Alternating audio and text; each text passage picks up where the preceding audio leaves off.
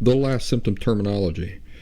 The cause, number one, the cause of emotional disorders. This is not just the cause of borderline personality disorder. This is the cause of all emotional disorders. So, when I talk about the cause of these things, what am I referring to? I'm referring to the subtle, inappropriate attitudes that our emotional teachers, and for most of us that means our parents, live with regarding the nature of feelings and the nature of feelings' worth. Let me say that again. The cause of emotional disorders, including borderline personality disorder, the cause of all that, where that was born inside of you, where the thing that initiated all that, is the subtle, inappropriate attitudes that our emotional teachers live with regarding the very nature of feelings and their worth. Now, it's true that many more things are involved, but remember, we're not talking about the entirety of everything that's involved. We're talking about the cause of where that entirety springs from, right? So it originates with our emotional teachers, that is, our parents themselves, living with subtly inappropriate attitudes about the nature of feelings, not just our feelings, but their feelings too, and everybody's feelings, the very nature of what feelings are, their worth, where that worth comes from, the nature of that, and all of that. This is the origin of everything. From there springs all the other things that involve emotional disorder. For example, I often say that emotional disorder is, well, we'll talk about it here in a second, I believe. Hang on a second. Yeah. So we'll talk about what emotional disorder is here in a minute. So let's just hold off on that for a second. Okay, so now we've discussed the cause. That's number one. When I talk about the underlying problem? So I say, all right, you're living with an emotional disorder, and I make reference to the underlying problem. Now, remember, this is different than the cause. We already described what the cause is. The cause is our parents or our emotional teachers living with subtly inappropriate attitudes about feelings, the nature of feelings. So when I'm talking about somebody who has an emotional disorder and I'm talking about the underlying problem, now what am I talking about? When I discuss the underlying problem of emotional disorder, what I'm discussing are the two distorted core beliefs that we as children adopt from our emotional teachers. So they live with these unhealthy perspectives. We're observing them and their attitudes, and from their attitudes, we're gaining an education about life, right? And so from that education, what we're observing from their attitudes, we adopt two distorted core beliefs, and we carry those distorted core beliefs into adulthood unknowingly, unconsciously. What I'm saying is we haven't sat down and said, oh, okay, so from my parents' attitudes, and by the way, my parents' attitudes is this and this and this. See, we don't do that consciously. But it's all unconscious. Children are very intuitive. They observe their parents. They draw conclusions from their parents' attitudes. And this helps them shape their certainties, their unshakable certainties about life. From this, they adopt two distorted core beliefs, and that's the next terminology we're going to discuss here. When I talk about the two distorted core beliefs, what's that? You'll hear me referring to them as different things. Sometimes I talk about them as the two distorted core beliefs. Other times I refer to them as the two primary underlying misconceptions or misperceptions about feelings, self, and life that people live with.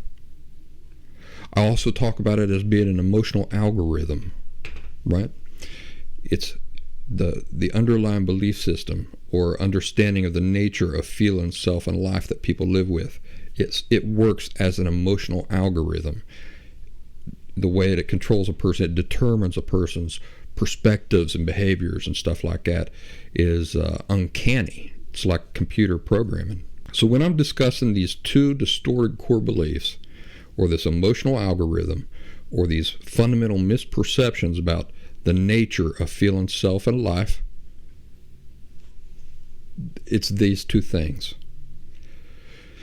It's the unconscious belief that my feelings are inherently irrelevant and shameful, devoid of inherent worth.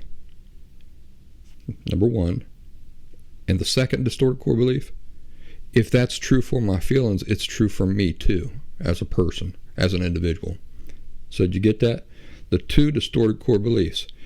My feelings are inherently irrelevant and shameful, devoid of inherent worth or value.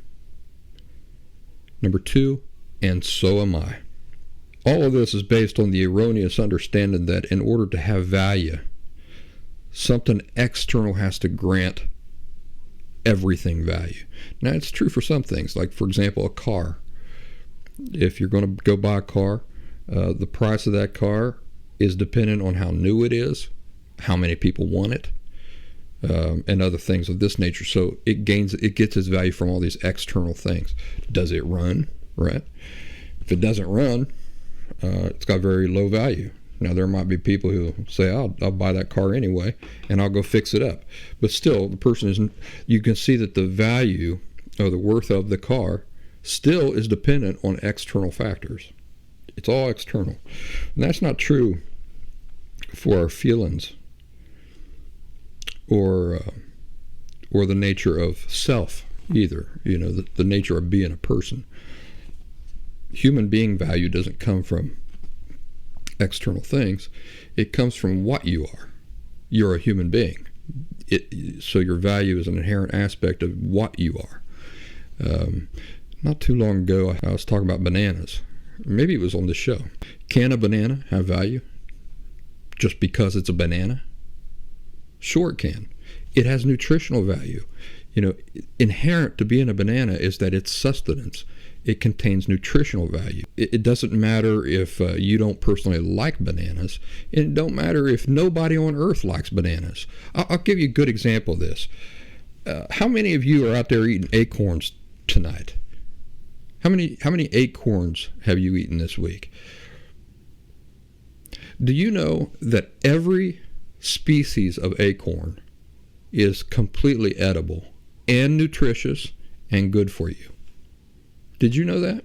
Well, not a lot of us are eating acorns. Now, I know that in Spain, they do prepare them and serve them. Maybe some other places. I know that the American Indian, of course, used the acorns for a variety of things in their diet.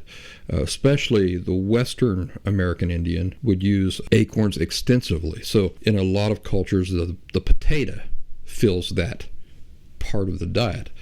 Not true for the American Indian out west, out in the Northwest.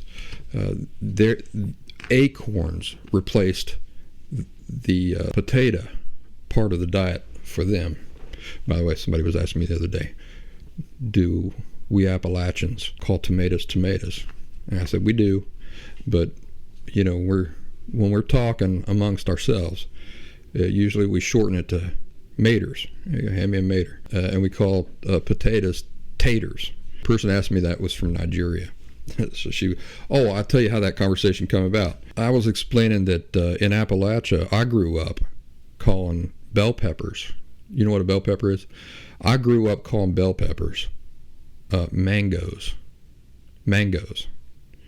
So for the first 20 years of my life, over 20 years of my life, for me, a bell pepper was a mango. That's what we call them. That's what the old timers here still call them. I had a buddy dropped off some mangoes from his, or bell peppers from his garden for me over the summer. And when he dropped them off, he said, "Hey, I brought you some mangoes." And so it's still commonly called that where I'm at, and she just couldn't get over that. Orange slices are brief highlights from the Last Symptom podcast. Subscribe to full audio episodes of the show on any major podcast platforms such as Spotify, Pandora, iTunes, Amazon Music, and more. While I've got you chewing on that, like this video, pretty please. Might as well press subscribe while you're at it. I bet you a nickel you know somebody who's overdue for hearing some of these things, so go on, forward this video to them.